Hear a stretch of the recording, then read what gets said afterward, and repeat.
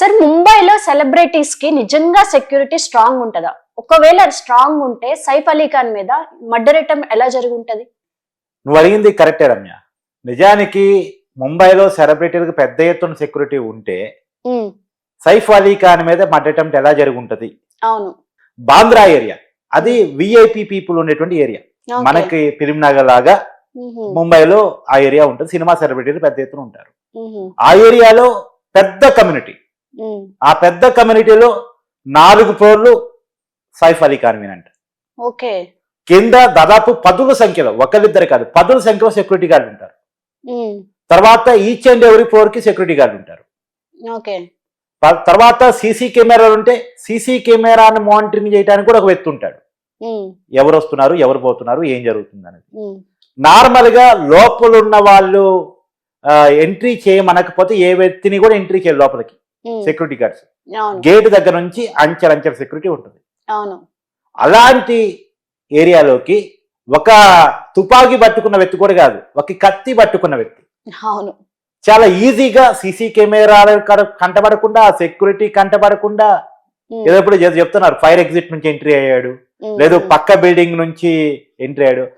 పక్క బిల్డింగ్ కి ఈ బిల్డింగ్ కి చాలా గ్యాప్ ఉంటుంది. జనరల్ గా కూడా ఏ గేటెడ్ కమ్యూనిటీ అని నువ్వు చూడు, హైదరాబాద్ లో గేటెడ్ కమ్యూనిటీస్ చూడు, జనరల్ ఒక గేటెడ్ కమ్యూనిటీలో బిల్డింగ్ కి చాలా గ్యాప్ ఉంటుంది. అంటే ప్లాన్డ్ గా జరిగినట్టే, చాలా ప్లాన్డ్. అంటే ప్రతి విషయం తెలిసినవాడు ఎక్కడ సీసీ కెమెరాలు ఉంటే దాన్ని కంటపడకుండా ఎలా పోగలగాలి, ఎక్కడ సెక్యూరిటీ ఉంటారు కంటపడకుండా ఎలా పోవాలి అని అవును.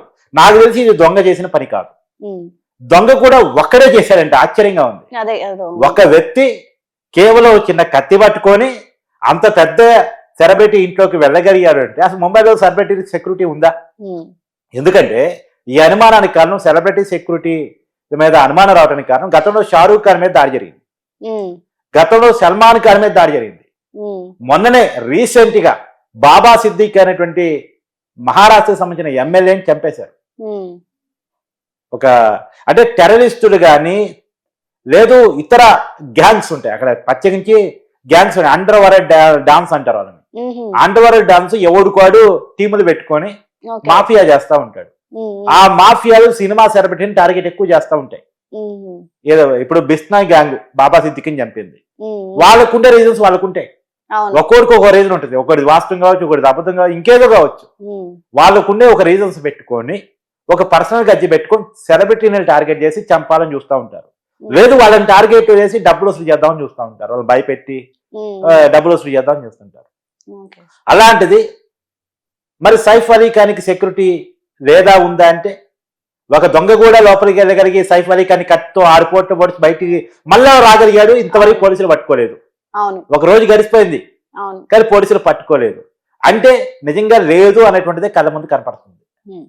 నిజానికి ఏ సెలబ్రిటీ కూడా ముంబైలో పెద్ద సెక్యూరిటీ లేదా అని ఒక డౌట్ మాత్రం వస్తుంది. ఇది పోలీసులు చెప్పిన కథమే నిజమైతే, లేదు సైఫ్ అలీ ఖాన్ ఇంట్లో ఉన్నటువంటి ఒక వ్యక్తే దాడి చేశాడంటే అది వేరు. ఆల్రెడీ ఆ ఇంట్లో ఉన్న వ్యక్తే ఏదో నైట్ గొడవ జరిగింది, గొడవలో భాగంగా మందాగి పొడిచాడు, లేదు ఇంకోటి చేశాడు అంటే అప్పుడు కూడా నువ్వు పట్టుకోవాలిగా. మరి సరే అట్టయినా సరిపడలేదు, నువ్వు పట్టుకోవాలి కదా. అంత మూవీ స్క్రిప్ట్ లెక్క ఉంది సార్. ఎస్, ఖచ్చితంగా మూవీ స్క్రిప్ట్ లెక్క ఉంది. ఇంకా విషయం ఏంటంటే నేను చాలా కీలకమైన ప్రశ్నలు ఈ పర్టికులర్ విషయం అడగదలుచుకున్నాను. 10ల సంఖ్యలో ఉన్న సెక్యూరిటీ లెవెల్స్ దాటుకొని అతను ఆ ఇంట్లోకి ఎలా వెళ్ళగలిగాడు, ఆ ఇంట్లో ఫైర్ ఎగ్జిట్ ఎక్కడ ఉంటుందో అతనికి ఎలా తెలుసు. రెండోది ఒక టీం కాదు, ఒక వ్యక్తే, టీం కాదు, మళ్ళా ఒక వ్యక్తే ప్రొఫెషనల్ సెక్యూరిటీని దాటుకొని అది కూడా ఫైర్ ఎగ్జిట్ నుంచి సీసీ కెమెరాలకు పంటకు పడకుండా లోపలికి వెళ్ళగలిగారంటే ఆ ఫైర్ ఎగ్జిట్ ఎలా ఉందో, రూములు ఎక్కడ ఉన్నాయో, ఆ 4 పోల బిల్డింగ్ లో సైఫ్ అలీ ఖాన్ పిల్లగాల చిల్డ్రన్స్ బెడ్రూమ్ అంటారు కదా, అది ఎక్కడుందో కూడా అతనికి ఎలా తెలుసు. ఆ 4 పోల్లో ఎత్తుక్కోవాలి. మామూలుగా అయితే చాలా రూమ్లు ఉంటాయి కదా, ఏ రూమ్ చిల్డ్రన్స్ బెడ్రూమో, ఏ రూమ్ సైఫ్ అలీ ఖాన్ ఉండే రూమో ఎత్తుక్కోవాలి. కానీ ఎత్తుక్కోకుండా ఈజీగా ఆ రూమ్ లోకి ఇతను వెళ్ళగలిగాడు అంటే ఇంపాసిబుల్ కదా. అంటే సైఫ్ అలీ ఖాన్ ఇంట్లో ఉన్న సెక్యూరిటీ అలో చేసిన వాడో, లేదా పని మనిషి అలో చేసిన వాడో, ఈ టేక్ కేర్ అలో చేసిన వాడో, లేదు సైఫ్ అలీ ఖాన్ అంటే పడని ఇంకెవరన్నా, అంటే ఇప్పుడు ఎవరన్నా మొదటి భార్య మీద కొన్ని అనుమానాలు ఏదో అంటున్నారు. సో సైఫ్ అలీ ఖాన్ ఇంటి గురించి అన్నీ తెలిసిన వాళ్ళెవరో అలో చేసిన వ్యక్తి, స్ట్రేంజర్ కాదు, ఆ లోపల ఉన్న ఒక వ్యక్తి ఎలో చేసిన వ్యక్తే సైఫ్ అలీ ఖాన్ మీద దాడి చేశాడు. ఇది ఉద్దేశపూర్వకంగా జరిగిన దాడి, కావాలని ప్లాన్డ్ గా చేసిన మర్డర్ అటెంప్ట్, ఏదో కసితోటి చేసిన పని. కాబట్టి గతంలో ముంబైలో సెలబ్రిటీల మీద ఏ రకమైన దాడులు జరిగాయో, షారూక్ ఖాన్ మీద ఏ రకమైన దాడి జరిగిందో, సల్మాన్ ఖాన్ మీద ఇలాంటివి జరిగే అవకాశం ఉంది. ఎస్, ఇప్పుడు సైఫ్ అలీ ఖాన్ మీద జరిగిన దాడి కూడా అట్లాంటిది. ఇది మున్ముందు కూడా సెలబ్రిటీ మీద దాడులు పెరిగే అవకాశం ఉంటది. అది రకరకాల కారణాల ఫలితంగా కావచ్చు. ఒకడికి వ్యక్తిగత, ఇప్పుడు సల్మాన్ ఖాన్ మీద జింకని వేటాడాడు అనేది బిష్ణు గ్యాంగ్ నచ్చలేదు. అలా జింకని దేవుడిగా భావిస్తారు. సో కాబట్టి వాళ్ళు సల్మాన్ ఖాన్ మీద కక్ష పట్టుకున్నారు. సల్మాన్ ఖాన్ కనీసం సారీ చెప్పలేదను, సల్మాన్ ఖాన్ ఇంకా బతకడానికి అనర్హుడను వాళ్ళు అనుకున్నారు. కాబట్టి సల్మాన్ ఖాన్ ని కోర్టు శిక్షించలేదు కాబట్టి మేము శిక్షించాల్సిందని వాళ్ళు పెట్టుకొని జైలు నుంచి కూడా గ్యాంగ్ ఆపరేట్ చేస్తూ మొన్ననే సల్మాన్ ఖాన్ కి బాగా దగ్గరగా ఉన్నటువంటి ఎమ్మెల్యేని చంపేశారు. ఆయన సపోర్ట్ గా ఉన్నటువంటి ఎమ్మెల్యేని చంపేశారు. ఇక దాని ఏం లేదు. మరి సల్మాన్ ఖాన్ మాత్రం వాళ్ళు వదులుతారా అంటే వదలరు ఖచ్చితంగా. భయంగా గడుపుతున్నారు. షారూక్ ఖాన్ మీద గతంలో అనేక దాడి జరిగాయి. సో ఇది ఒక వర్గం మీద జరిగే దాడి. ఇంకో వర్గం మీద కూడా ఇంకొంతమంది తీవ్రవాద సంస్థలు, టెర్రరిస్ట్ సంస్థలు, మతోన్మాద సంస్థలు, పాకిస్తానీ ప్రేరేపిత సంస్థలు, అమితాబ్ బచ్చన్ మీద కావచ్చు, లేదా ఇతర వ్యక్తుల మీద కావచ్చు, వాళ్ళ మీద కూడా దాడులు చేస్తామని గతంలో అనేక వార్నింగ్స్ ఇచ్చున్నాయి. మరి ఒక దొంగే సెలబ్రిటీ ఇంట్లో బాగలేనప్పుడు టెర్రరిస్ట్ పోగలిగేది. టెర్రరిస్ట్ కి టెక్నాలజీ ఎక్కువ తెలుసు. వాడికి వాడిపోతే ఇలా ఉండదు, వాడు బాంబులు పట్టుకొని పోతాడు. ఈ దొంగ కాబట్టి కత్తి పట్టుకొని పోయాడు. అదే ఒక టెర్రరిస్ట్ పోయి ఉంటే బాంబులు పట్టుకొని పోతాడు, తుపాకులు పట్టుకొని పోతాడు. అది కత్తితో పొడిచేది పోయి తుపాకుతో కాల్చాడు అనుకో, అదే 6 బుల్లెట్లు 6 కత్తిపోట్లు వదిలే 6 బుల్లెట్లు సైఫ్ అలీ ఖాన్ గుండెల్లోకి పోయి ఉంటే, వెనుముకలోకి పోయి ఉంటే, ఇప్పుడు వెనుముక మీద పొడిచాడు కాబట్టి చెప్తున్నాను, వెనుముకలోకి పోయి ఉంటే, మెడ భాగంలోకి వెళ్ళి ఉంటే, ఈ భాగంలోకి వెళ్ళి ఉంటే సైఫ్ అలీ ఖాన్ బతుకుండేవాడా? ఆ ప్లేస్ లో దొంగను వదిలేసి ఒక టెర్రరిస్ట్నో తుపాకీ పట్టుకొని పోయినటువంటి వ్యక్తినో ఒకసారి ఊహించుకో. వినడానికి చాలా ఇబ్బందిగా ఉంది కదా. కాబట్టి ఖచ్చితంగా సైఫ్ అలీ ఖాన్ మాత్రమే కాదు, ఆ సైఫ్ అలీ ఖాన్ ఉన్న బిల్డింగ్ లో ఇతర సెలబ్రిటీలు ఉంటారు. ఒక్క సైఫ్ అలీ ఖానే ఉండడు. 4 ఫ్లోర్లు మాత్రం, మొత్తం 12 ఫ్లోర్స్ బిల్డింగ్ అంటారు. కానీ 3-4 సెలబ్రిటీలు ఈజీగా ఆ ఫ్లోర్ లో ఉంటారు. ఆ ఫ్లోర్, ఆ బిల్డింగ్ పక్కన పెట్టేస్తే ఇతర బిల్డింగ్లు పక్కన ఉన్నటువంటి ఆ కమ్యూనిటీలో ఉన్న బిల్డింగ్ లో అనేక మంది సెలబ్రిటీలు ఉంటారు. బాలీవుడ్ హీరోలు, హీరోయిన్లు, యాక్ట్రెస్, చాలా మంది. మన టాలీవుడ్ కి సంబంధించినటువంటి వాళ్ళ ఆస్తులు కూడా ఆ కమ్యూనిటీలో ఉన్నాయి అనేది మనకు అంతున్న సమాచారం. అసలు నిజంగా టార్గెట్ సైఫ్ అలీ ఖాన్ సార్? ఏదో ఒక సెలబ్రిటీ కావచ్చు. ఇప్పుడు సైఫ్ అలీ ఖాన్ మీద దాడి జరిగిందంటే సైఫ్ అలీ ఖాన్ మనం మాట్లాడుకుంటున్నాం.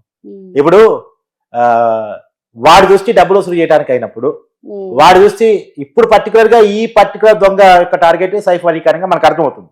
కానీ ఇంకో టార్గెట్ ఇంకోటి కావచ్చు, రమ్య టార్గెట్ కావచ్చు ఒకళ్ళకి. సరే, కాబట్టి నేనేమంటున్నానంటే ఖచ్చితంగా దీని మీద ప్రాపర్ ఎంక్వైరీ నడవాలి.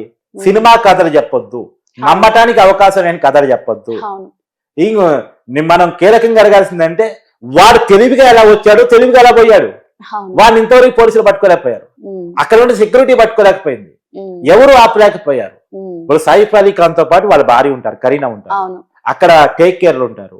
ఈ ముగ్గురు మీద దాడి చేస్తున్నప్పుడు, ప్రత్యేకించి సైఫ్ అలీ ఖాన్ మీద దాడి చేస్తున్నప్పుడు అరుపులు కేకలు విని అక్కడ ఉన్న సెక్యూరిటీ మేలుకోవాలి. మేలుకున్న తర్వాత కనీసం వెంటనే పోలీసు సమాచారం ఇవ్వాలి. పోలీసు సమాచారం ఇవ్వగానే ఆ కమ్యూనిటీ దాటే లోపల పోలీసు వాళ్ళు అర్థమవుతుంది సెక్యూరిటీ ఇన్వాల్వ్ అయ్యారు. ఖచ్చితంగా ప్లాన్డ్ గా జరిగినటువంటి ఒక యాక్టివిటీ.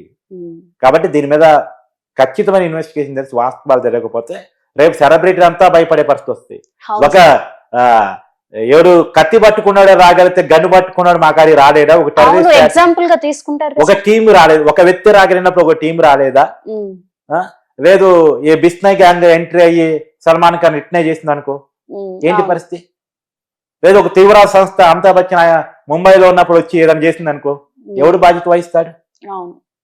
కాబట్టి ఇది ఖచ్చితంగా ఈ ఒక్క సెలబ్రిటీకి జరిగిన దాడిగా చూడాల్సిన అవసరం లేదు.